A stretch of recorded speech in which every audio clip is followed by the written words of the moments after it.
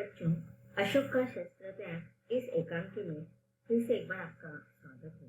आज हम तीसरे इस पाठ्यपुस्तक से पाठ क्रमांक 9 पढ़ने जा रहे हैं, जिसका शीर्षक है अशोक का शस्त्र त्याग। अशोक का शस्त्र त्याग इस पाठ का सेशन क्रमांक 2 है। यह एक एकांकी है और इस एकांकी में लेखक ने अशोक के द्वारा युद्ध क्षेत्र में, कलिंग युद्ध क्षेत्र में जो उन्होंने हिंसा पर अहिंसा की जो विजय प्राप्त हुई थी, अर्थात उन्होंने किस प्रकार से हिंसा को त्याग कर अहिंसा का मार्ग अपनाया था और शांति के मार्ग को अपनाकर लोगों को एक नया संदेश उन्होंने दिया, इसका वर्णन इस एकांकी में किया है। चलिए सब लोग पाठ्य पुस्तक निकालेंगे और हम अगले एकांकी के अगले परिच्छेदों को विस्तार से समझेंगे। पहले दृश्य में हमने देखा था कि युद्ध क्षेत्र में जो शिविर लगे हुए थे, वहां पर एक शिविर में सम्राट अशोक चिंतित होकर बैठा है। तब उसे संदेश देने के लिए संवाददाता आता है कि कलिंग पर विजय प्राप्त हो चुकी है, अर्थात कलिंग का राजा की मृत्यु हो चुकी है, महाराजा की मृत्यु हो चुकी है, लेकिन कलिंग दुर्ग का फाटक अभी तक बंद है। तो इस बात से चिंतित होकर दूसरे दृश्य में दिखाया गया है कि प्रातः काल में सम्राट अशोक अपने सेनापति के साथ अपने सेना को लेकर कलिंग दुर्ग के फाटक के सामने युद्ध के लिए तैयार है। सब सैनिक आते हैं, तलवार खींचकर मगध की जय, सम्राट अशोक की जय कहकर नारा लगाने लगते हैं। सहसा दुर्ग का फाटक खुल जाता है। सब आश्चर्य से उधर देखने लगते हैं। उनकी तलवारें खींची रह जाती है। शस्त्र सज्जित स्त्रियों की विशाल सेना फाटक के बाहर निकलने लगती है। सेना के आगे पुरुष भेष में एक वीरांगना है, जो सैनिक भेष में साक्षात चंडी से दिखाई देती है। यह कलिंग महाराज की कन्या पद्मा है। स्त्रियों की सेना अशोक की सेना से कुछ दूरी पर रुक जाती है। अशोक के सिपाही मंत्रमुग्ध से देखते रह जाते हैं। अशोक भी चकित रह जाते हैं। अब देखिए, सब सैनिक, सम्राट अशोक के सैनिक फाटक खोलने के इंतजार में ललकार रहे हैं कि सामने अगर कोई बचा होगा कलिंग की तरफ से युद्ध लड़ने के लिए, तो उनके साथ युद्ध करके कलिंग को अपने अधीन लेने के लिए वह सुसज्जित हो जाते हैं। लेकिन अचानक क्या हो जाता है, दुर्ग का फाटक खुल जाता है, जो प्रमुख प्रवेश द्वार होता है वो खुल जाता है और सब वो सामने क्या देखते हैं कि तलवारें खींची हुई शस्त्रों से सज्जित स्त्रियों की विशाल सेना फाटक से बाहर आ रहे हैं। और सबसे महत्वपूर्ण बात यह थी कि पुरुष के भेष में एक वीरांगना इनका नेतृत्व कर रही थी और वह सैनिक भेष में जो वीरांगना थी पुरुष के भेष में, वो साक्षात चंडी के समान दिखाई दे रही थी। और यह कौन थी? वह कलिंग महाराज की कन्या थी, पद्मा। स्त्रियों की सेना अशोक की सेना के कुछ दूर रुकी हुई थी और इन सारी स्त्रियों की सेनाओं को देखकर सम्राट अशोक और उसके सिपाही जो थे वो मंत्र मुग्ध हो गए, चकित हो गए। पद्मा आगे बढ़कर अपनी सेना से ललकारते हुए वह कहती है, बहनों, तुम वीर कन्या, वीर भगिनी और वीर पत्नी हो। मुझे तुमसे कुछ नहीं कहना है। जिस सेना ने तुम्हारे पिता, भाई, पुत्र और पति की हत्या की है, वह तुम्हारे सामने खड़ी है। आज उसी से तुम्हें लोहा लेना है। तुम प्रण करो, अर्थात शपथ ले लो कि जननी जन्मभूमि को पराधीन होते देखने से पहले तुम सदा के लिए अपनी आंखें बंद कर लोगी।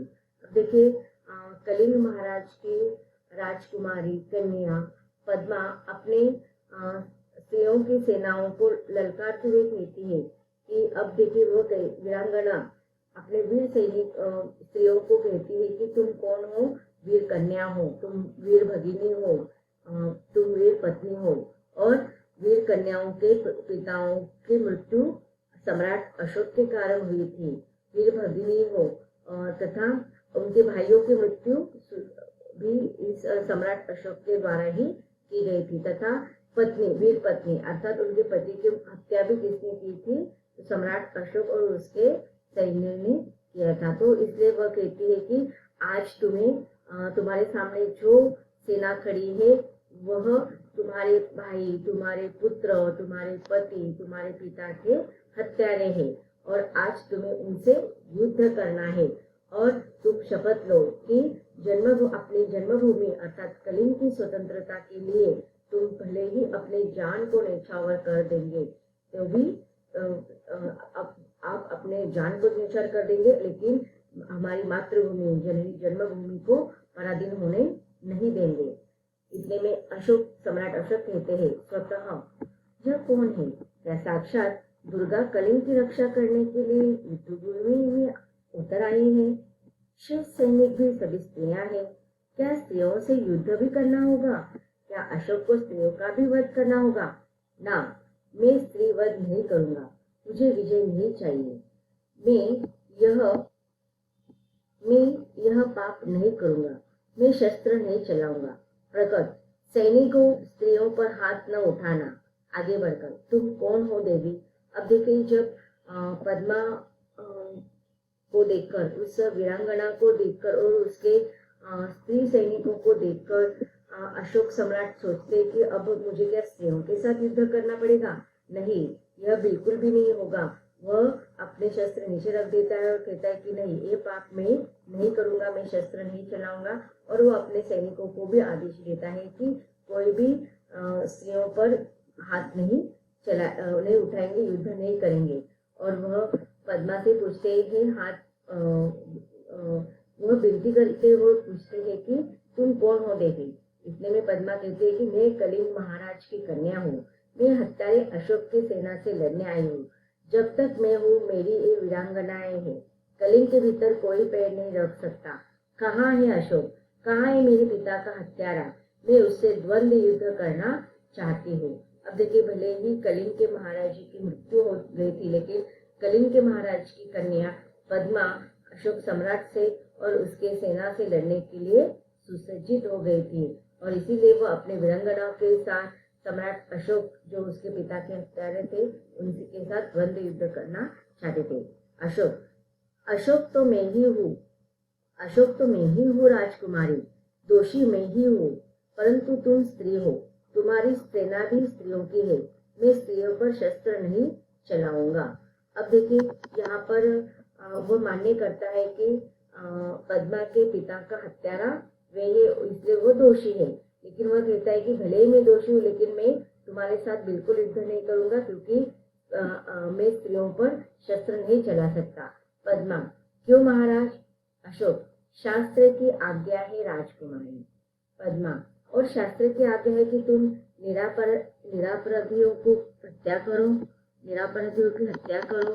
शास्त्र की आज्ञा है कि तुम अपने विजय लालसा पूरी करने के लिए लाखों माताओं की गोद सुनी कर दो, लाखों स्त्रियों की मांग का सिंदूर पोंछ दो, फूंक दो उस शास्त्र को जो तुम्हें यह सिखाता है। मैं तुमसे शास्त्र सीखने नहीं आई हूँ, शस्त्रों से युद्ध करने आई हूँ। तुम हत्यारे हो। मैं अपनी बलि चढ़ाकर तुम्हारे खून की प्यास बुझाने आई हूँ। अपने सिपाहियों से कहो कि तलवार उठाएं। कलिंग की स्त्रियां तुमसे कुछ नहीं चाहती, केवल युद्ध चाहती है। अशोक सिर झुका लेते हैं। अब देखिए, यही वह प्रसंग है, यही जो दृश्य है जिस समय सम्राट अशोक का हृदय परिवर्तित हो गया था। यहाँ पर भले ही पद्मा ने उसे इसका अवबोध कराया, लेकिन वस्तुस्थिति यही है कि जब वो युद्ध क्षेत्र में देखता है कि एक तरफ सारे सैनिकों के, कलिंग के और मगध के सैनिक मृत्युमुखी पड़े हुए हैं, उनकी विधवा स्त्रियां, माता, पत्नी या फिर उनकी बेटियां, उनकी बहनें रो रही है, तो ये देखकर उन्हें अपनी गलती का एहसास होते हैं कि यह शास्त्र और शस्त्र, देखो अब ये दो अलग अलग शब्द है, उसका अर्थ भी अलग होता है। सिर्फ एक मात्रा का फर्क है। श में अगर हम श में मात्रा नहीं लगाते हैं तो शस्त्र हो जाता है, लेकिन श में मात्रा लगाते हैं तो उसका अर्थ, उसका प्रोनाउंसिएशन, उच्चारण शास्त्र होता है, लेकिन उन दोनों का अर्थ भी अलग अलग होता है। शस्त्र जो होता है वो युद्ध के समय शस्त्र वो हथियार होते हैं जो युद्ध करते समय उसका उपयोग किया जाता है, अर्थात शस्त्र से युद्ध किया जाता है। और शास्त्र, शास्त्र से अध्ययन किया जाता है, शास्त्र से अच्छा बुरा की अच्छी क्या अच्छे और बुरे की सीख मिलती है, हमें शिक्षा मिलती है उससे। तो इस प्रकार शस्त्र और शास्त्र से अलग अलग अर्थबोध होता है। अब यहाँ पर शास्त्र हमें क्या आज्ञा देता है कि शास्त्र हमें निराकृत, यहाँ पर पद्मा उसे पूछती है कि शास्त्र ये सिखाता है कि स्त्रियों पर शस्त्र नहीं चलाना चाहिए, यह हमें शास्त्र सिखाता है, शास्त्र की आज्ञा है। और इसी कारण वह राजकुमारी पद्मा पर वह आक्रमण नहीं करता है।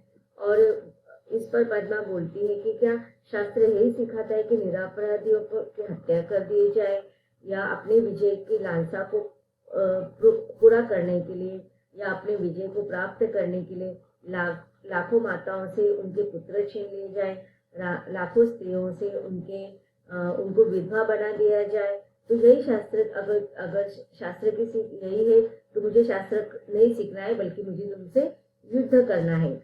अब देखिए, युद्ध करते समय शस्त्र और अस्त्र दो प्रकार के हथियार होते हैं। शस्त्र भी हथियार होता है और अस्त्र भी हथियार होता है, लेकिन दोनों का अर्थ अलग होता है। शस्त्र जिसे कहते हैं जिस हथियार को हम हाथ में लेकर युद्ध करते हैं। इसका उदाहरण हो सकता है तलवार को हम हाथ में लेकर युद्ध करते हैं। और अस्त्र का अर्थ होता है कि जिस हथियार से हम हाथ से फेंक कर मारते हैं। इसका उदाहरण हो सकता है कि भाला को हम फेंक कर मारकर युद्ध करते हैं। तो इस प्रकार अस्त्र और शस्त्र, शास्त्र और शस्त्र, इन अलग अलग शब्दों का अर्थ आपको समझ में आ गया होगा। अब देखते हैं आगे। पद्मा, सिर क्यों झुका लिया है महाराज? मैं युद्ध चाहती हूँ, केवल युद्ध। आज आपके भीषण युद्ध की पूर्णाहुति होगी। अब देखिए, यहाँ पर सम्राट अशोक जो है राजकुमारी पद्मा से युद्ध नहीं करते, क्योंकि शास्त्र उन्हें अनुमति नहीं देती है कि पुरुषों को स्त्रियों के साथ युद्ध करना, यह शास्त्र में नहीं लिखा है। तो इसी कारण वह पद्मा से युद्ध नहीं करना चाहते हैं, बल्कि उसके सामने वो अपना सिर झुका लेते हैं। तो पद्मा कहती कि नहीं, मैं तो केवल युद्ध चाहती हूँ, मुझे आप मेरे सामने सिर झुकाओ मत। मुझे आज आपके भीषण युद्ध की पूर्णाहुति होगी। एक तो हम हमारे कलिंग को जीत कर रहेंगे, या फिर हम हमारी मृत्यु या हमारे जीवन को समर्पित कर देंगे, जीवन का बलिदान कर देंगे। आज इस युद्ध की समाप्ति होकर ही रहेगी। अशोक, बहुत हो चुका राजकुमारी, मैं अब युद्ध नहीं करूंगा, कभी युद्ध नहीं करूंगा। तलवार नीचे फेंक देते हैं। पद्मा, यह क्या महाराज? अशोक अपने सैनिकों से, तुम भी अपनी तलवार नीचे फेंक दो। आज से अशोक तुम्हें कभी किसी पर आक्रमण करने की आज्ञा नहीं देगा। फेंक दो अपनी तलवारें। सभी सैनिक अपनी तलवारों को फेंक देते हैं। पद्मा आगे बढ़कर, मैं बुलावे में नहीं आ सकती महाराज, मैं तुमसे युद्ध करूंगी, मुझे अपने पिता का बदला लेना है। अशोक सिर झुकाकर, तो लीजिए बदला राजकुमारी, मैं अपराधी हूँ। जिस अशोक ने लाखों का सिर काटा है और जिस अशोक का सिर आज तक किसी के आगे नहीं झुका है, वे आपके आगे नत है। काट लीजिए इस सिर को, मैं हथियार नहीं उठाऊंगा, मेरी प्रतिज्ञा अटल है। अशोक सिर झुकाकर खड़े हो जाते हैं। पद्मा, तो जाइए महाराज, स्त्रियां भी निहत्थे पर वार नहीं करेंगी। आप अपनी प्रतिज्ञा की रक्षा के लिए जीवित रहिए। पद्मा अपनी स्त्रियों की सेना को साथ लेकर दुर्ग में चली जाती है। अब देखिए, यहाँ पर अगर पद्मा चाहती तो उस समय सम्राट अशोक का वध कर सकती थी, उसके साथ वह युद्ध कर सकती थी, लेकिन उसने युद्ध नहीं किया, क्योंकि निहत्थे पर जो वीर लोग होते हैं वे कभी पर निहत्थे पर वार नहीं करते। इसी कारण उसने सम्राट अशोक पर वार नहीं किया। अब तीसरा दृश्य, अशोक और उसके सभी सरदार पीले वस्त्र धारण किए हुए, उनके सामने एक बौद्ध भिक्षु बैठे हुए हैं। बौद्ध भिक्षु अशोक से, कहो मैं प्रतिज्ञा करती हूँ। इस पर अशोक दोहराता है, मैं प्रतिज्ञा करता हूँ। बौद्ध भिक्षु, जब तक मेरे शरीर में प्राण रहेंगे। अशोक, जब तक मेरे शरीर में प्राण रहेंगे। बौद्ध भिक्षु, अहिंसा ही मेरा धर्म होगा। अशोक, अहिंसा ही मेरा धर्म होगा। बौद्ध भिक्षु, मैं सबसे प्रेम करूंगा और मेरी करुणा का सदाव्रत आप सबको मिलेगा। अशोक, मैं सबसे प्रेम करूंगा और मेरी करुणा का सदाव्रत आप सबको मिलेगा। बौद्ध भिक्षु, प्रतिज्ञा करो कि जब तक जीवित रहूंगा अपनी प्रजा की भलाई करूंगा, सब प्राणियों को सुख और शांति पहुंचाने का प्रयत्न करूंगा, सब धर्मों को समान दृष्टि से देखूंगा। अब देखिए बच्चों, इस तीसरे दृश्य में अशोक और उसके सभी सरदारों के द्वारा बौद्ध धर्म स्वीकार करने का वर्णन किया गया है कि पीले वस्त्र धारण करके वो बौद्ध भिक्षु के द्वारा प्रतिज्ञा लेता है और इसका वर्णन यहाँ पर किया गया है।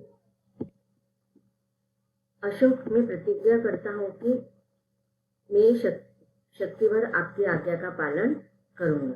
बौद्ध भिक्षु बोलो, बुद्धं शरणं गच्छामि, धर्मं शरणं गच्छामि, संघं शरणं गच्छामि। तो इस प्रकार सभी बौद्ध भिक्षु के पीछे बोलते हैं। इसका अर्थ होता है कि मैं भगवान बुद्ध के शरण में आया हूँ। मैं बुद्धम शरणम गच्छामि का अर्थ होता है कि मैं भगवान बुद्ध के शरण में आया हूँ। धर्म शरणम गच्छामि, जिसका अर्थ होता है कि मैंने बुद्ध धर्म का शरण में स्वीकार किया है। और संघ शरणम गच्छामि अर्थात संघ के शरण में मैं आया हूँ या मैंने संघ का शरण धारण किया है। तो बच्चों, इस प्रकार इस पाठ में अहिंसा और शांति का पक्ष का बोध दिया गया है। यह एकांकी यहीं पर समाप्त होती है। धन्यवाद।